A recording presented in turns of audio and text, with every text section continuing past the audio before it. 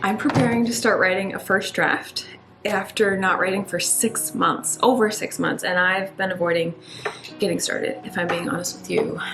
Probably should have started months ago.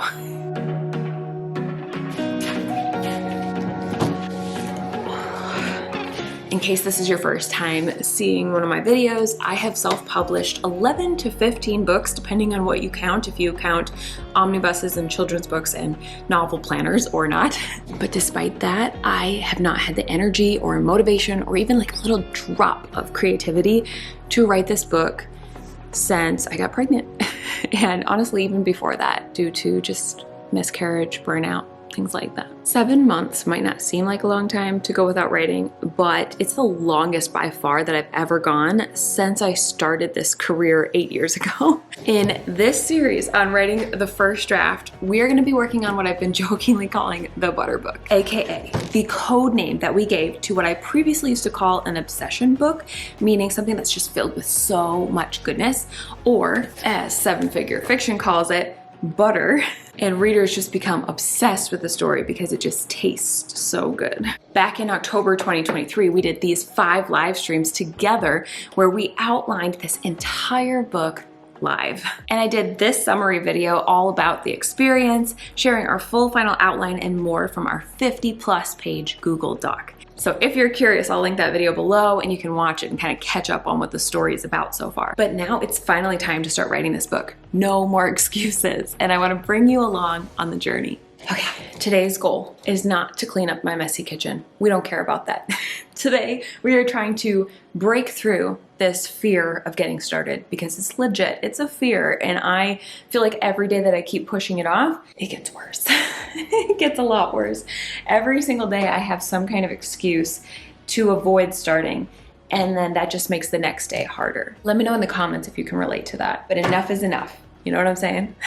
So I am going to use every trick that I've picked up along the years to basically force myself to get moving, get past that initial fear, and just get started. And I'm going to share my plans and strategies with you as we implement them in case you happen to be dealing with the same things. I feel like everybody struggles with this to some extent, but the misconception that I had when I was starting out was that at some point, after say 1 or 2 books, I would never have this problem again. And how many books did I say, Matt? 15 or 11, depending on if you just count fiction or not. I don't think it's ever gonna completely go away. I think every single book is a little bit different. It has its own, giants to fight, its own battles that need to be won. So before I share with you my tips and tricks and actually make myself get started, because I'm still kind of procrastinating, I just want to share with you a couple things that I was reading last month? I think it was last month now. This one, of course, I've talked about before. If you haven't heard me talk about it, I really love this book. It's essentially more specific tropes or tropes on steroids. I don't know. That's how I would define it, because it's things that really, really appeal to everyone, aka a universal fantasy. Like somebody gives you $1 million. That's a universal fantasy. Sounds awesome, right? Writing things like that into your story to make them basically taste better. This was a really fun reread, but then I also read Story Genius for the first time. And now this one, I'm kind of like 50-50 on. I really like the first half, and the second half I kind of just skimmed it and I wasn't as into it. What I really love about this is how she gets you to dig into the characters' history and really get to know who they are, because that's something that doesn't happen for me until usually like drafts 5 or 6, and it takes a while to get to know my characters. So I love this concept of truly getting to know them beforehand, and I want to try it with the butter book and see if it makes me have to do less drafts, because that's kind of what she talks about in here. She's like, you're gonna have to rewrite over and over and over again if you don't do this method. But what I don't like is how somewhere in the beginning it says that every other method of story writing is not good enough, like pantsing and plotting and this and that. And that I don't agree with, because I think You can find your story and you can get to know your characters many different ways. This is just one of them, but I do really like this method in theory, so I want to try it. I'll talk more about this in my tips and tricks, but I'm basically going to give myself one day to do, I think there's 3 prompts in here. I hope I marked them. Yes, okay, here's one. The moment when your protagonist's worldview shifted and her misbelief took root in her brain, where it's been coloring how she's seen the world from that moment on. Write a full-fledged scene. I'm thinking to do that one, and then very next chapter it looks like is 3 turning points, so technically 3 scenes. So I want to do 4 scenes total today, but they just have to be really, really rough. I just need to kind of work on getting to know my character better before I get started on writing. I'm gonna have to reread this. This is why I should have just worked on it right after I read this book. Zero in on 3 turning point scenes that will yield the most story-specific info, the most potential grist for the mill, so that you can indeed begin your novel in the middle of things. What are these turning points? I'm trying to remember what a turning point was exactly. Oh yeah, okay, so if I remember right, what she was saying is your character's got this misbelief. You might remember our Butter book outlining document, right? Because I kind of don't remember. So it would be under theme stated right here where it says, she believes that letting people in will only end up hurting her. And as I was reading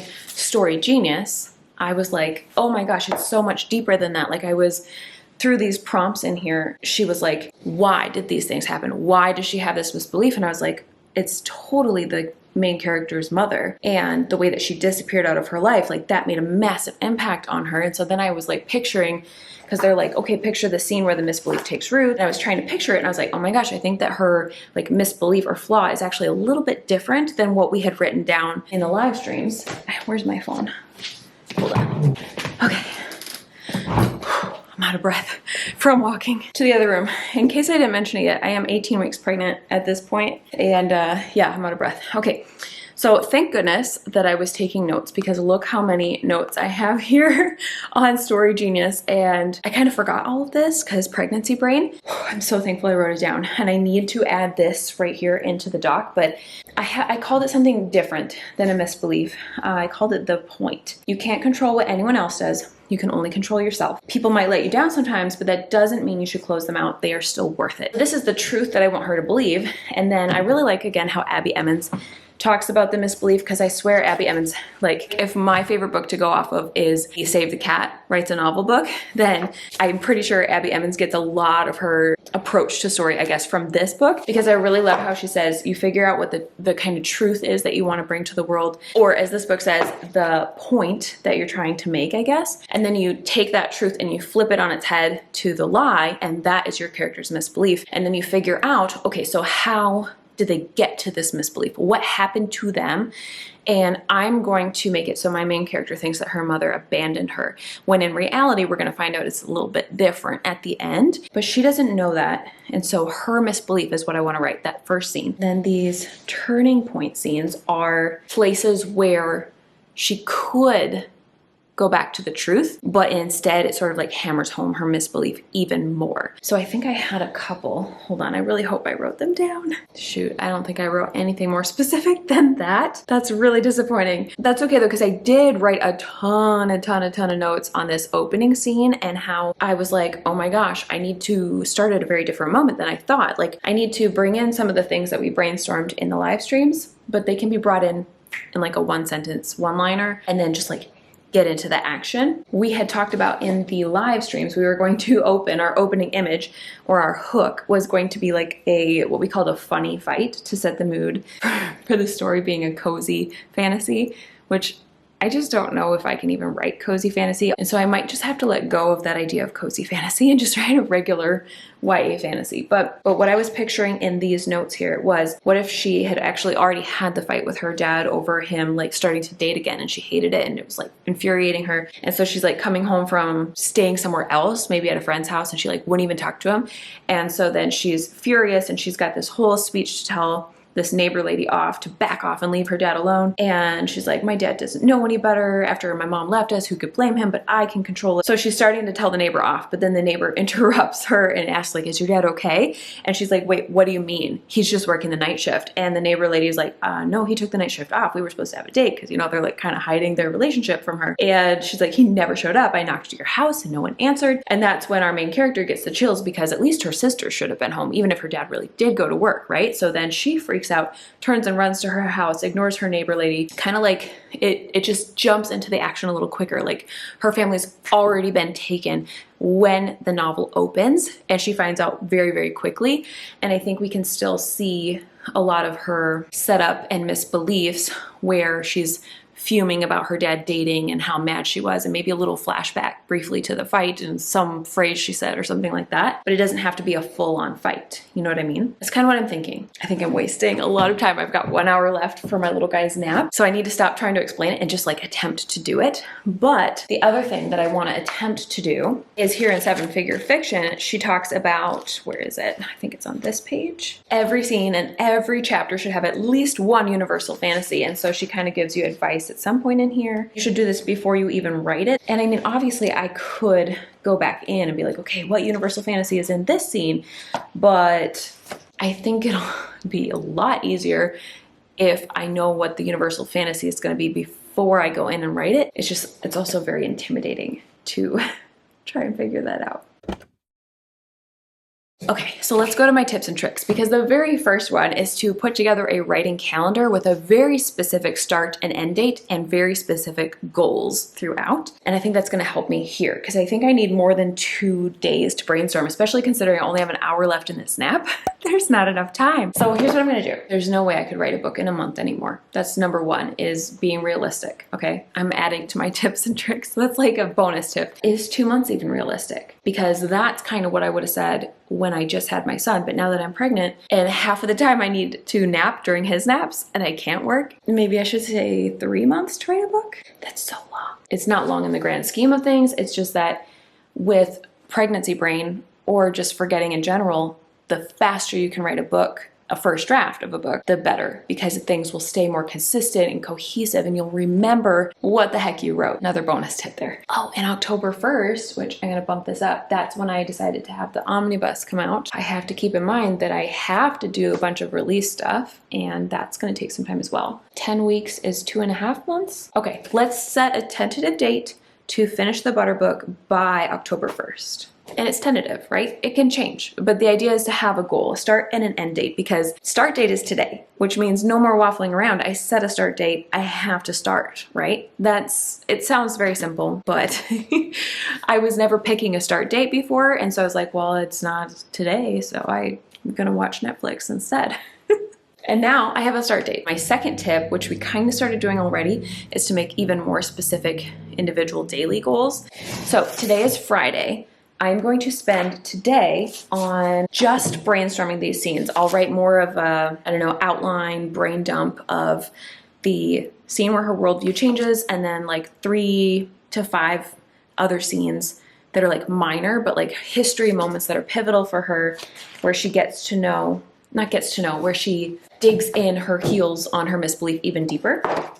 That'll be the first thing. Then I will, if I have time, I will try to go through my outline from the Google Doc that we made. I'll try to review it, and for each of those chunks, I don't know, that's not exactly a chapter. I'll try to make at least one universal fantasy for each of those 15 story beats, and then I'll probably need to go in and do at least one more for each, because there's probably at least 2 scenes each. It's gonna be tricky. I'm not actually that big of a plotter anymore. I used to be a very heavy plotter starting out, and I slowly over time plotted less and less and less, and I found that I'm more of a discovery writer, which is what this gal kind of picks on. She's like, you can't do that, you have to know everything. But you don't have to know everything. It's just more work if you don't know up front. You kind of discover your characters as you go, and then there's a lot of rewriting you have to go back and do, which is fine. There's so many different ways you can approach this, but this book, the Butter book, is probably going to be my most plot-heavy book ever, because I'm applying so many different things. I'm applying like 4 different plotting strategies. Save the Cat Writes a Novel, Abby Emmons, Story Genius, Seven Figure Fiction. I also bought this workbook for the Universal Fantasy, so I want to go through that. So let's say this. I don't have time to work this weekend. Saturday and Sunday are off, but Monday will also be a brainstorming day. Anything that I don't get done today, I will do on Monday, and I will keep working on thinking of more universal fantasies, kind of spacing those out, trying to put a little bit in each scene, and then I'll come back and I will write whatever I don't have out of this backstory stuff. And if there's time, I'll go through this, which honestly, I think this might be kind of helping you think of universal fantasies. I don't know what any of this means, so I hope that reading the examples will make it clear, because that looks like gibberish, but we'll have fun with that later. This is more a for fun thing versus I know for sure I need to do this and to brainstorm specific universal fantasies. Now the good news is in our butter book we do have some tropes, and like I said, universal fantasies are like tropes on steroids. So I have starting points such as enemies to lovers, slow burn romance, hidden identity, secrets, forced proximity, found family, touch her and die. Enneagram 8 for our main character, which is like brutally honest, says what everybody else is thinking. Lots of good stuff. So like I said, Friday today and then Monday are going to be my prep days. Then after that, I need to kind of set a specific word count goal. Everything starting the 23rd through up till October 1st, right? Or technically September 30th. If I count it right, there's exactly 50 days. That's funny.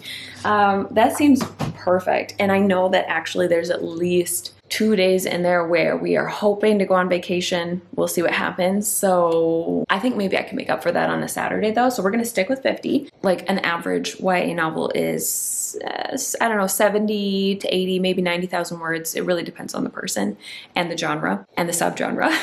But very often my first drafts are underwritten, which means they're half as long as the full-length book is going to end up being. So if my full-length book was 60K or 70K, my first draft would be like 30 to 35. Let's go for like the NaNoWriMo word count, the 50,000. It's very generic, easy, kind of middle of the road goal. Because maybe this book will be a little more fleshed out since I know a little more about the story. Or if it's not, then I'll just finish sooner, and that's a win. 50,000 words divided by, oh, this is easy math. I could have just done this in my head. That is 1,000 words a day. That's my goal. So we've got our calendar, we've got our specific writing goals for each day, each specific writing day. The third thing that I'm going to say is accountability. And for me, I'm going to literally like go and polo my writing friends and be like, guys, I'm writing my book. I'm starting now. Just FYI, keep me accountable. I've actually already done this. Both my critique partners know that I'm trying to start and they have checked in on me, which I really, really appreciate. But then also for me personally, you guys are my accountability and I have to get this done. I will admit that doing a YouTube video puts a little extra pressure on and it feels even more intense in some ways, like, oh, I gotta get this perfect, and it's not gonna be perfect because first drafts aren't perfect. They're the worst the book's ever gonna be. But I'm also trying to remember, like, you're not actually gonna get to read it. I probably won't show you, I don't think. Let me know if you wanna see little excerpts. Maybe I'll show you a little bit here and there, but for the most part, you're not gonna actually see this draft, you're just gonna see me brainstorming and trying to figure it out.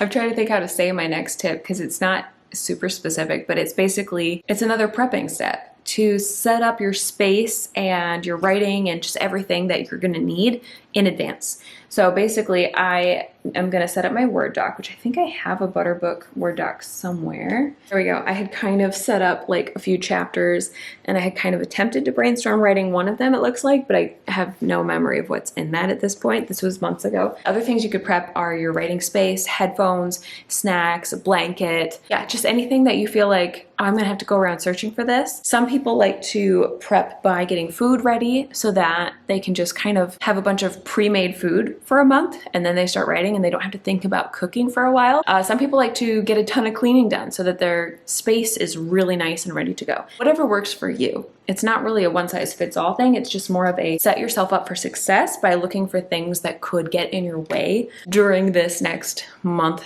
to 3 months, whatever window you set for yourself. Spend time reviewing the outline, remind yourself of the themes, basically the end destination, where you want to end up will help you figure out what to write along the way and if it's necessary or not. So getting really, really familiar and basically in my case, reminding myself of what we did all the way back in October because I don't remember. If you want to also catch up with me, watch that video below that has the summary of the outline. And now writing sprints. Writing sprints just mean that you're setting a timer. Probably not on my phone for me. I typically will just Google the word timer and that way I'm not distracted by Instagram and TikTok and all the things on my phone. Bonus tip, don't have your phone near you. I'm gonna set a timer for something very, very short in the beginning, literally just 5 or 10 minutes, just to kind of get in the zone, because it usually takes me a bit, have the timer end and then you start something fresh. Sometimes that just helps you be like, okay, we've got this, let's start again. I feel like I'm not explaining it well, just trust me, it works. And then my sweet spot for sprints is typically about 20 minutes is a really good, it used to be I hope it still is, a good amount of time before my brain starts to be like, I'm bored, I want to check Instagram. And it depends on the day. Sometimes I can do a little longer, like 25. Some people can do 30 or even an hour. That's super long for me for a sprint. Other writing friends I know do 10-minute sprints every single time, and that works for them. So whatever kind of keeps you in the zone. And then at the end of the sprint, you look at how much you got done, and you give yourself a tiny break, and then you jump back into another sprint, meaning very focused time. You're not doing anything else. You're not letting yourself look at your phone or read a book or whatever, or talk to anybody. You're sprinting on your book, and that kind of helps you just stay focused and in the zone. I tried to put all of my scribbles into the Google Doc here, the brainstorming doc. I made my own copy, so you guys won't see this if you have access to the Butterbook document. But I have basically maybe 5 small scenes, and then the opening scene, a little more brainstormed, and then the day of her misbelief, a little bit more brainstormed as well. And I realized I promised earlier I was going to tell you what the more accurate misbelief was, and then I never said. So what I have written down here is that she has to control those around her,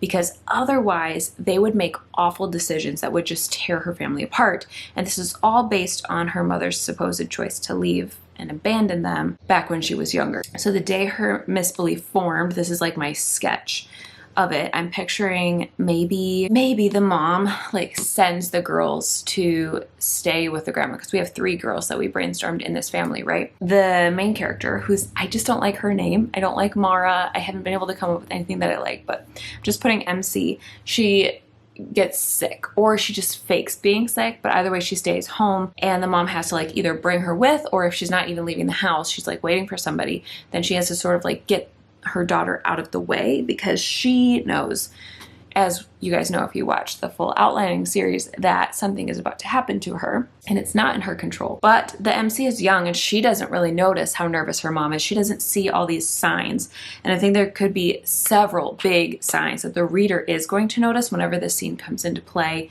I don't even know when the scene is going to come into play, maybe later on in the story, but the main character is going to kind of look back on it later and maybe start to notice some of them, like how maybe the mom keeps diverting her from a certain place in the house and tries to keep her in the back so that she's not visible, and whoever's coming to the house doesn't know she's there. Maybe she gives her a job to do, or maybe actually specifically says, don't follow me, I need you to stay in your room. But whatever it could be, the main character is going to think, well, if I hadn't listened to my mom, or if I had followed her right away, I could have stopped her. She has this belief that she could have controlled the situation, but she was too hands-off, letting her mom tell her, which, moms are supposed to tell kids what to do. Hold on, my battery's dying. Shoot, I was gonna keep sharing more details, but then I saw at the time I need to go wake up my little guy, because he might be just let him sleep. The thing is, he loves sleep as much as his mama, and that's awesome. I love it. But if I don't cut his naps short, then he doesn't sleep good at night. So it's kind of a trade-off. I really like to have my night sleep too. So he's had a good solid 2 hours. I'm gonna have to call it today, but maybe I'll brainstorm over the weekend a little more, and then we still have Monday. But I seriously hope that's all I need, because I really, really, really want to get started. And 1,000 words a day is pretty doable as long as I get going.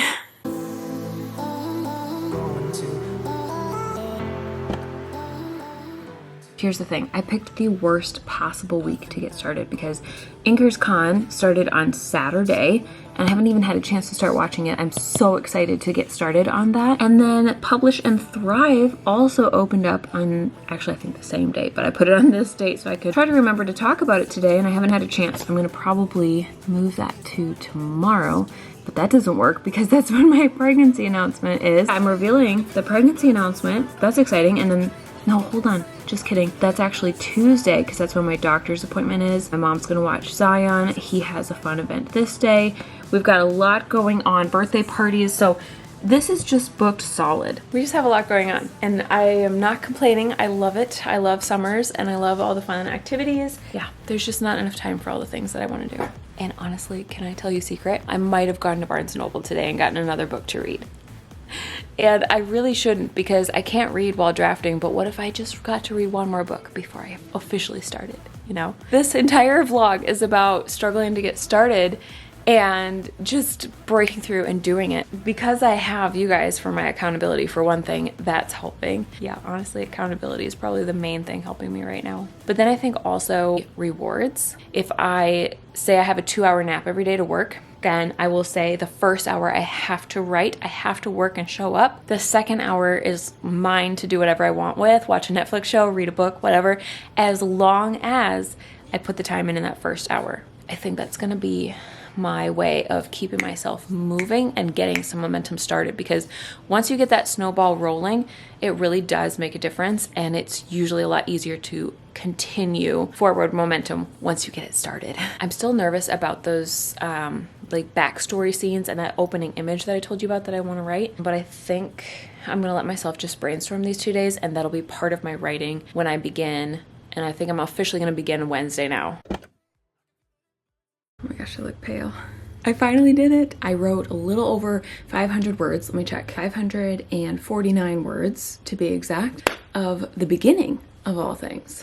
Over the weekend, I brainstormed more universal fantasies, and I tried to basically add one to every single scene, but it turned out it was really, really tough, because it's really the middle that the universal fantasies start getting really natural and easy, and the beginning is really difficult. I'm like, what do you put in the beginning? Because they don't know the characters yet. There's the love interest isn't there yet. I was just struggling with that, and I still am a little bit, but I was like, this makes sense now why my beginnings are probably a little bit slower to readers. That's kind of the main feedback that I get. And then the middle and the ending of the story are a lot more solid, because I just feel like it's a little more natural to me. So maybe I'll talk about this more in another vlog, because it's not really related, but I have to admit that I could not get myself to write those like backstory scenes from Story Genius, because there was something in me that was still like terrified to get started, and it felt too official, which I realize is ridiculous when those are backstories. Nobody's even gonna read them. So I recognize that it's not even like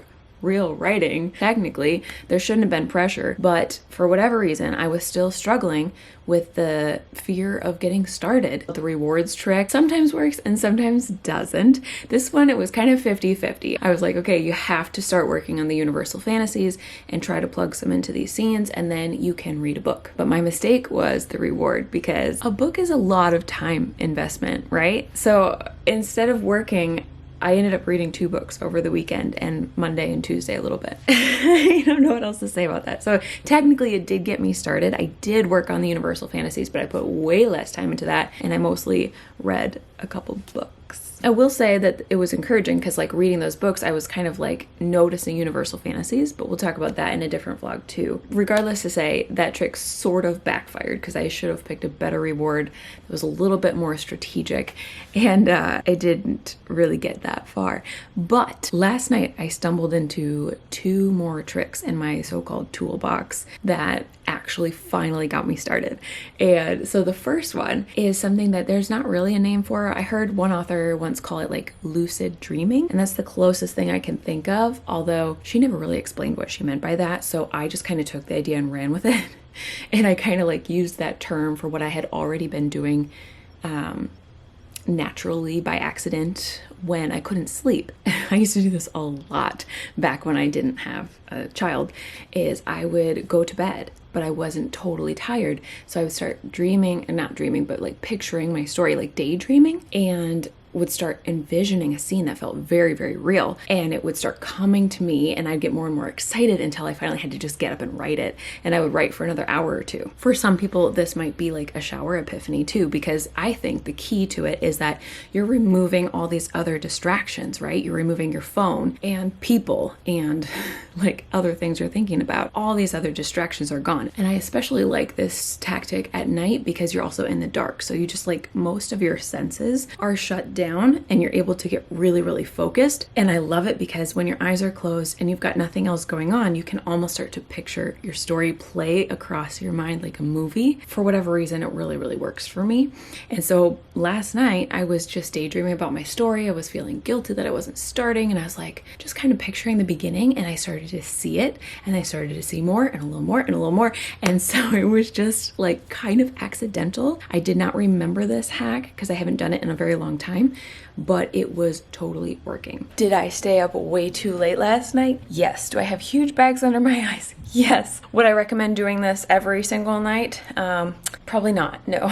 Unless you can sleep in the morning, and then sure. But very effective. And then the second thing I did last night, another tool that gets me out of that fear state basically, is one that I just did out of instinct, out of habit, because I was like, oh my gosh, I need to write this down. In the past, like I said, I would just get up and write, but on nights that I'm like, oh, I'm too tired, I cannot get up and write for an hour, no way, I'm just gonna get this thought out of my head so that I don't forget. What I will do is use the notes app on my phone, and I will just start to write a little chunk of story, very random as it comes to me, little bits and pieces here and there. This was all just me doing this in the moment without being very strategic about it. But then I woke up today and I was transferring this into the Word document to be like, oh my gosh, let's see how much I actually wrote last night. And I was like, I just wrote over 500 words in the middle of the night because I couldn't stop thinking about my story. Why did this work? Why did I finally get started? And the hack here is that the Notes app is way less official than the Word document with the blinking cursor that says you don't know what to write.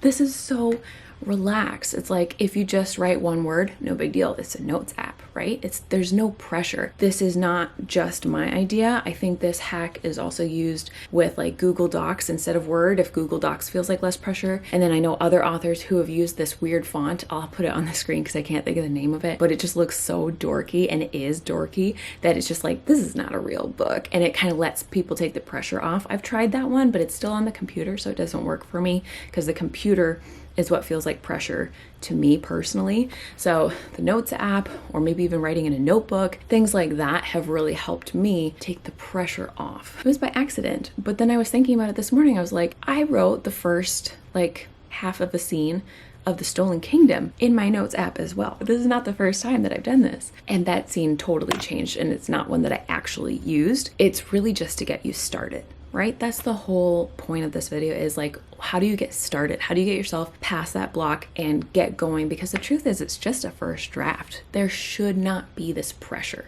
that we're putting on ourselves. But if you have any little perfectionism tendencies or anything else that's holding you back, I really hope some of these tips and tricks will help you. And I'm so happy to say I finally started the Butter Book.